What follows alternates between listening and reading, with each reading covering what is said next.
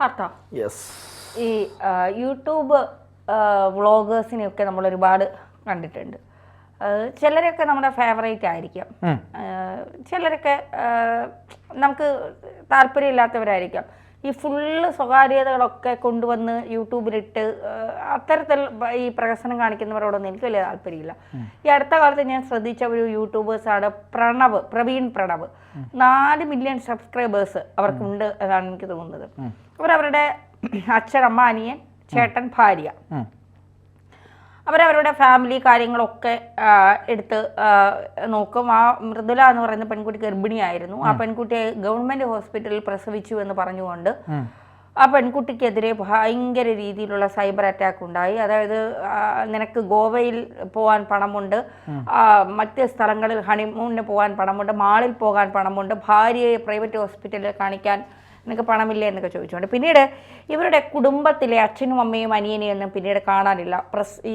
ഈ മൃദുല എന്ന് പറയുന്ന ലേഡി പ്രസവിച്ചതിന് ശേഷവും.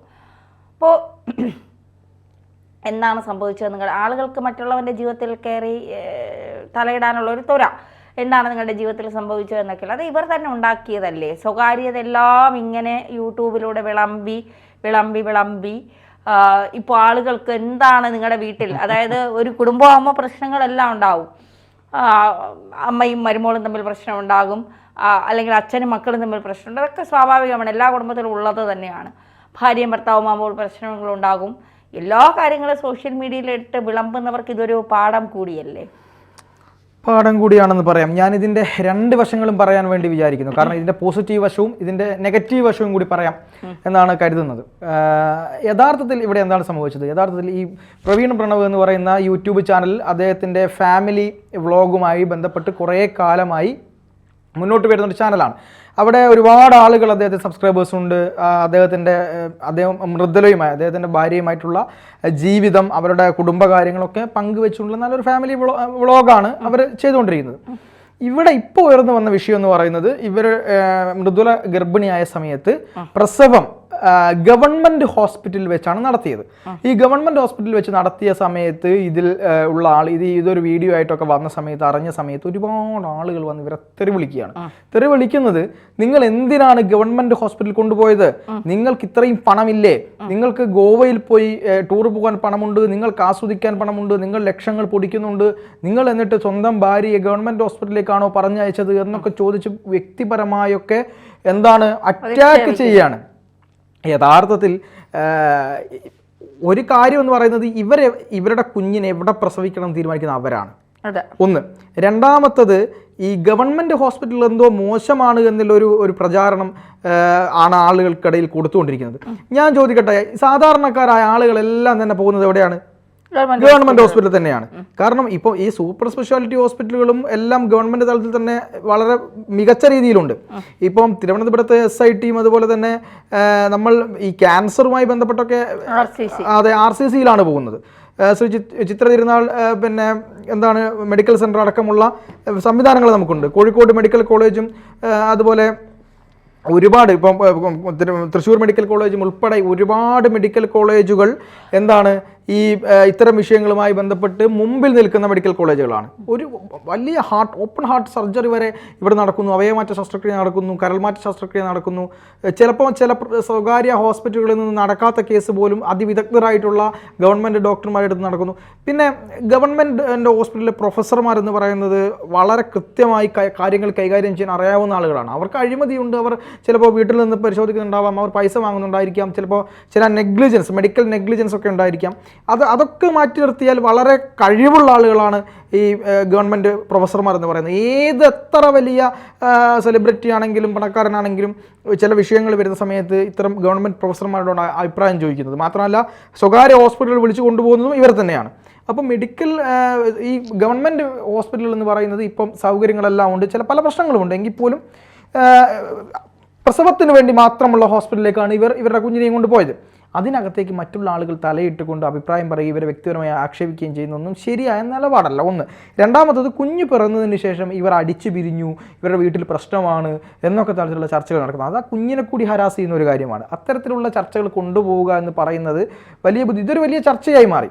ഇത് ഇത്തരത്തിലുള്ള കാര്യങ്ങളിലേക്ക് കുഞ്ഞിനെ പോലും വലിച്ചിട്ട് കൊണ്ട് അവർക്ക് മുമ്പിൽ വന്ന് എന്തിനാണ് തങ്ങളെ ഇങ്ങനെ ആക്രമിക്കുന്നത് എന്ന് ചോദിക്കേണ്ട അവസ്ഥയിലേക്ക് ആ കുടുംബം എത്തി എന്നുള്ളതാണ് ഇതിലെ ഒരു ദുരവസ്ഥ എന്ന് പറയുന്നത്. ഇതിലെ കമൻറ്റോളുകൾ മനസ്സിലാക്കേണ്ടത്, നിങ്ങൾ കമൻറ്റ് ചെയ്യുന്നത് എന്താണ് എന്നുള്ളത് നിങ്ങൾക്കൊരു ബോധം വേണം. മറ്റുള്ളവൻ്റെ എൻ്റെ ഭാര്യ എവിടെ പ്രസവിക്കണമെന്ന് എൻ്റെ ഭാര്യയെ ഞാനും വീട്ടുകാരുമല്ലേ തീരുമാനിക്കുന്നത്, മറ്റൊരാളാണോ തീരുമാനിക്കുന്നത്? അല്ലല്ലോ. പക്ഷെ അത് മനസ്സിലാക്കാനുള്ള ഒരു ബോധം ഇവർക്കില്ല എന്നുള്ളതാണ് ഏറ്റവും വലിയ പ്രശ്നം. നേരെ തിരിച്ച് ഞാനിതിൻ്റെ ഒരു പോസിറ്റീവ്, ഇപ്പം ഇത്തരം കാര്യങ്ങൾ പറയുന്ന ആളുകളോട് നിങ്ങൾ ഇത് പറയുമ്പോൾ ചിന്തിക്കണമെന്ന് പറയുന്നതോടൊപ്പം തന്നെ ധന്യ നേരത്തെ പറഞ്ഞതിൻ്റെ ആ ഒരു വശം കൂടി പരിശോധിക്കേണ്ടതുണ്ട്. കാരണം ഞാൻ ഈ ഫാമിലി വ്ളോഗൊന്നും അങ്ങനെ അധികം കാണാത്തോളാണ്, വല്ലപ്പോഴും ഒക്കെ കാണും. പക്ഷേ നമ്മുടെ ജീവിതം, നമ്മുടെ ജീവിതത്തിലെ കാര്യങ്ങൾ, സ്വകാര്യ ജീവിതത്തിലെ കാര്യങ്ങളൊക്കെ അനുദിനം ആളുകളിലേക്ക് കൊടുത്തുകൊണ്ടേയിരിക്കുക, സീരിയൽ പോലെ അതിനെ അഡിക്റ്റാക്കി മാറ്റുക. അങ്ങനെ വരുന്ന സമയത്ത് മനുഷ്യനിൽ സ്വാഭാവികമായി സംഭവിക്കുന്ന ഒരു കാര്യമുണ്ട്. ഇവർ നമുക്ക് എല്ലാ ദിവസവും എല്ലാ കാര്യങ്ങളും അറിയാനുള്ള ഒരാളാണെന്നും അവരിൽ നിന്ന് എന്തെങ്കിലുമൊക്കെ കിട്ടാതാകുമ്പോൾ അവർ ഒരാഴ്ചയിൽ ഒരു എപ്പിസോഡ് മിസ്സിംഗ് ആയി പോയാൽ ഇവർക്ക് എന്ത് പറ്റിയെന്ന് അന്വേഷിക്കുന്ന ആളുകൾ, വിളിക്കുന്ന ആളുകളൊക്കെയുള്ള ആൾക്കാരാണ്. അപ്പോൾ മനുഷ്യന് സ്വാഭാവികമായ ബ്രെയിനിൻ്റെ ഒരു പ്രക്രിയയുണ്ട്. അതായത് ഇവരെ കാര്യങ്ങൾ അറിയാൻ, ഇവരുടെ കാര്യത്തിൽ കയറി ഇടപെടാനും, ഇവരെല്ലാം പറഞ്ഞുകൊണ്ടിരിക്കുകയാണ് ഞങ്ങളുടെ ജീവിതത്തിൽ ഇങ്ങനെ സംഭവിക്കുന്നു, അങ്ങനെ സംഭവിക്കുന്നു, ഇത് സംഭവിക്കുന്നു എന്ന് പറയുമ്പോൾ ഈ ഒരു പ്രസവത്തിൻ്റെ കാര്യത്തിൽ മാത്രം എന്തിനും ഒളിച്ചു നിൽക്കണം എന്നുള്ള കാര്യം പ്രേക്ഷകർക്കുണ്ട്. ഇപ്പൊ ഇവർ പറയും പ്രസവത്തിന്റെ കാര്യത്തിലല്ല, വീട്ടുകാർ തമ്മിൽ അടിച്ച് പിരിഞ്ഞു എന്നുള്ള കാര്യം ഇവർക്ക്, കാരണം ഇവരെല്ലാ കാര്യങ്ങളും രാത്രി 12 മണിക്ക് വീട്ടിലുള്ളിൽ മുട്ട പൊരിക്കുന്നത് വരെ ഞാൻ ഇവരുടെ വീഡിയോ അതിന് ശേഷം ഈ പ്രശ്നങ്ങൾ എന്താണെന്ന് അറിയാനായിട്ട് എടുത്ത് നോക്കിയായിരുന്നു. അതുവരെ വീഡിയോ ആക്കുന്നവരാണ്. അപ്പൊ തീർച്ചയായിട്ടും അത് ജനങ്ങൾ ചോദിക്കുന്നതിന് അവർക്ക് അവകാശമുണ്ട്. പറയാതിരിക്കുക, അതൊക്കെ അവരുടെ ഇഷ്ടമാണ്. അതിൽ വേറൊരു കാര്യം കൂടി ഉണ്ട്. കമൻറ്റ് ഈ വീഡിയോ ചെയ്യുമ്പോൾ അവർ പറഞ്ഞൊരു കാര്യമുണ്ട്, നമ്മളൊക്കെ പ്രേക്ഷകരാണ് നമ്മുടെ ബലം, നമ്മുടെ സബ്സ്ക്രൈബേഴ്സാണ് ബലം, നമ്മളൊക്കെ ഒരു കുടുംബമല്ലേ എന്ന് ചോദിക്കുന്ന ഒരു ചോദ്യമുണ്ട്.